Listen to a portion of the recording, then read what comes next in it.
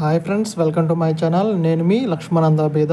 ఈరోజు వీడియోలోని టాపిక్ వచ్చేసరికి APPSC forest range officer general ఫారెస్ట్రీలోని ఎన్విరాన్మెంటల్ సైన్స్ యూనిట్లోని ఏపీ వాల్టా యాక్ట్ చట్టం గురించి ఈ వీడియోలో మనం తెలుసుకుందాం.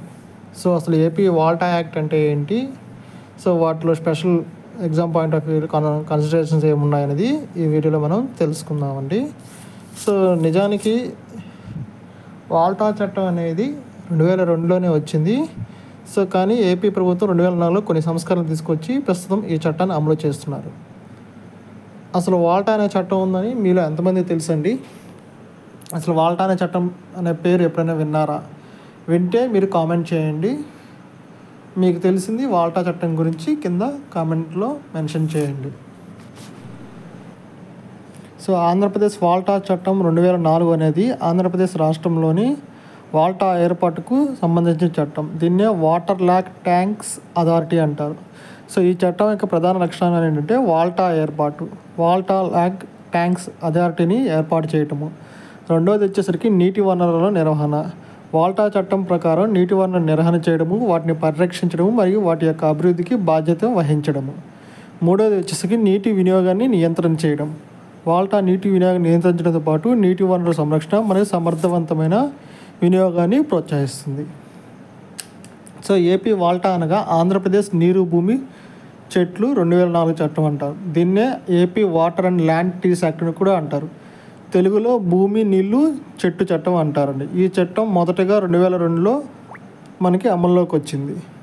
సో వ్యవసాయం సంబంధించి బోరు వేసుకోవాలన్నా మన భూమిని వాడుకునే పద్ధతిని ప్రభుత్వం నిర్దేశిస్తుందండి. సో ఈ చట్టం ప్రకారం 2004కు ముందు రైతులు కానీ ప్రజలకు కానీ సొంత బోరు లేదా బావి ఉన్నా కూడా ముందస్తు అనుమతి అనేది తీసుకోవాలి, ప్లస్ రిజిస్ట్రేషన్ అనేది చేయించుకోవాలి. ముందుగా ఎవరైనా సరే తమ ఇంటి పరిధిలో కానీ తమ పొలం పరిధిలో కానీ ఒక బావి కానీ బోరు కానీ వేయించుకోవాలంటే గ్రామ పంచాయతీ పరిధిలో స్థానికంగా ఉండే పంచాయతీ సెక్రటరీకి దరఖాస్తు పెట్టుకున్న తర్వాత తహసీల్దార్ అనుమతి తీసుకోవాలి. సో ఈ చట్టం ప్రకారం నీటిని బోర్లు లేదా బావుల రూపంలో పూర్తిగా అవసరాన్ని మించి ఎక్కువగా వాడుతున్న సందర్భంలో అలాంటి బోర్లు లేదా బావులను 6 నెలల వరకు నిషేధించే అధికారం కానీ లేదా పూర్తిగా నిషేధించే అధికారం ప్రభుత్వానికి ఉంది.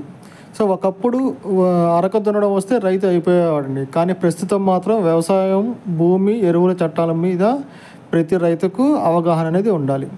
సో రైతులు ఏదైనా సరే ఒకవేళ ఇప్పటికే ఒక బోరు వేసి ఉంటే సో 100 మీటర్లు దాటి ఉంటేనే మరొక బోర్కి అనేది ప్రభుత్వం నుంచి అనుమతి ఉంటుంది. అదే ప్రజల అవసరార్థం మంచినీరు కోసం అయితే 250 మీటర్ల లోపల బోర్లు వేయడానికి అనుమతి అనేది ప్రభుత్వం ఇస్తుందండి. సో పొలాల కేసులో వచ్చేసరికి 100 మీటర్లు దాటి ఉండాలి. అదేవిధంగా ప్రజల అవసరార్థం మంచినీళ్ళ కోసం అయితే 250 మీటర్లు అనేది లోపల బోర్లు వేయడానికి అనుమతిస్తారు. ఈ 2 పాయింట్లు గుర్తుపెట్టుకోవాలండి. అదేవిధంగా ఈ చట్టం ప్రకారం భూమిని వాడుకునే పద్ధతిని లేదా పంటని మార్చమని చెప్పే అధికారం కూడా ప్రభుత్వానికి ఉంది. సో ఇది ప్రతి ఒక్క రైతు అనేది తెలుసుకొని ఉండాలండి. సో ప్రభుత్వం నిర్దేశించిన ప్రకారం సామాన్యులు కానీ చెట్లు కానీ పెంచకపోతే సో వాళ్ళ యొక్క బిల్డింగ్ ఏదైతే కన్స్ట్రక్షన్ చేసుకుంటారో పంచాయతీ పరిధిలో వాటికి అనుమతి అనేది ఇవ్వరండి. అదేవిధంగా మనకు సంబంధించి మన ఇంటి పెరడులో కానీ పొలాల్లో కానీ చెట్లు కొట్టాలన్నా కూడా ప్రభుత్వ అనుమతి అనేది అత్యవసరం.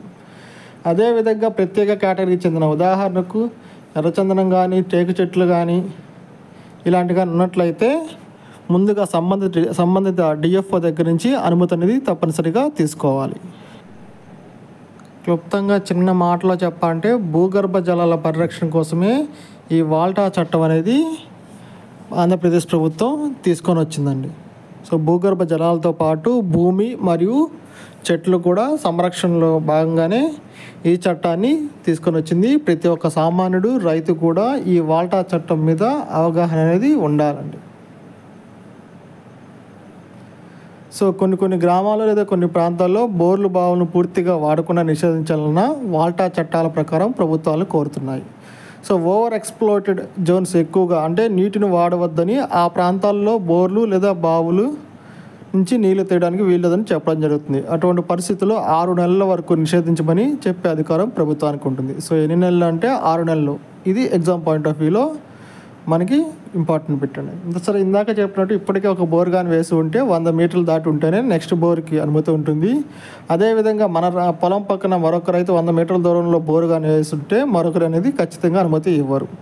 అదే పబ్లిక్ డ్రింకింగ్ వాటర్ అవసరం కోసం అయితే 250 మీటర్ల లోపల మాత్రమే బోర్లు వేయడానికి మాత్రమే అనుమతి అనేది ఇస్తారు. సో ఎగ్జామ్ పాయింట్ ఆఫ్ వ్యూలో ఈ 2 పాయింట్స్ అనేది గుర్తుపెట్టుకోండి. సో వాల్టా చట్టం ప్రకారం ఇది మనకి ఉంటుంది. నెక్స్ట్ వన్, ఇందాక చెప్పినట్టే వాల్టా చట్టం ప్రకారం పంట మార్చమని చెప్పే అధికారం ప్రభుత్వానికి ఉంటుంది. అదేవిధంగా ఈ చట్టం ప్రకారం చెరువులు, కుంటలు, ఇతర నీటి వసతులను రక్షించడం కూడా జరుగుతుంది. ప్రభుత్వం నిర్దేశించిన ప్రకారం చెట్లు పెంచకపోతే మనకి బిల్డింగ్కి ప్రభుత్వానికి అనుమతి ఇవ్వదు. చెట్టు కొట్టాలన్నా కూడా ప్రభుత్వ అనుమతి అనేది తీసుకోవడం మనకి అత్యవసరం అండి. సో ఈ పాయింట్స్ అనేది ఇందాక మనం డిస్కషన్ చేసాము. సో ఎక్స్ట్రా పాయింట్స్ ఏదైనా ఉన్నట్లయితే నెక్స్ట్ స్లైడ్స్లో మనం చూద్దామండి. సో అదేవిధంగా ఒకవేళ చెట్లు కొట్టే రకాలలో పట్టా భూములు కానీ చెట్లు కానీ ఉన్నట్లయితే ఒక విధమైన అనుమతులు పొందాలి.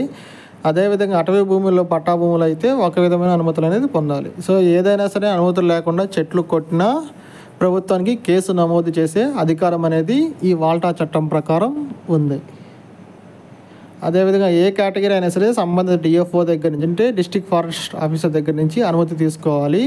అదేవిధంగా మినహాయింపు ఉన్న చెట్లకైతే సెల్ఫ్ డిక్లరేషన్ ఇస్తే చెట్టు కొట్టడానికి ప్రభుత్వం అనుమతిస్తుంది. డిఎఫ్ఓ అనుమతి ఇచ్చే ముందు నియమాలను పరిశీలించాలి. సో ఇందాక చెప్పినట్లు పట్టా ల్యాండ్లో అయితే మనం ఒక రకంగా, అదేవిధంగా ఫారెస్ట్ కేటగిరీస్ అయితే ఇంకో రకంగా మనం అనుమతులు అనేది డిఎఫ్ఓ దగ్గర నుంచి తీసుకోవాలి. నెక్స్ట్ వన్, ఏ భూములకైతే నీళ్లు ఉపయోగించుకుంటున్నారో వారికి అవకాశం జరుగుతుంది. అదేవిధంగా కెనాల్లు, ఇరిగేషన్ ప్రాజెక్టు డ్యామేజ్ చేస్తే పెనాల్టీ విధించే అధికారం కూడా ఈ చట్టం ప్రకారం ఉంది. ఇరిగేషన్ ప్రాజెక్టులో నీళ్లు వాడుకునే ప్రజలకు వాటర్ ట్యాక్స్ విధించే అధికారం ఈ చట్టం ప్రకారం ఉంటుంది. సింపుల్గా చెప్పాలంటే ఇప్పుడు ఆంధ్రప్రదేశ్లో రైతుల దగ్గర నుంచి ప్రతి సంవత్సరం కూడా మనకి నీటి పన్ను కట్టిస్తుంటే వాటర్ ట్యాక్స్ కడుతున్నారంటే కేవలం ఈ వాల్టా చట్టం ప్రకారమే ప్రజలు వాడుకునే వాటికి కూడా పన్ను అనేది కట్టుతున్నారు.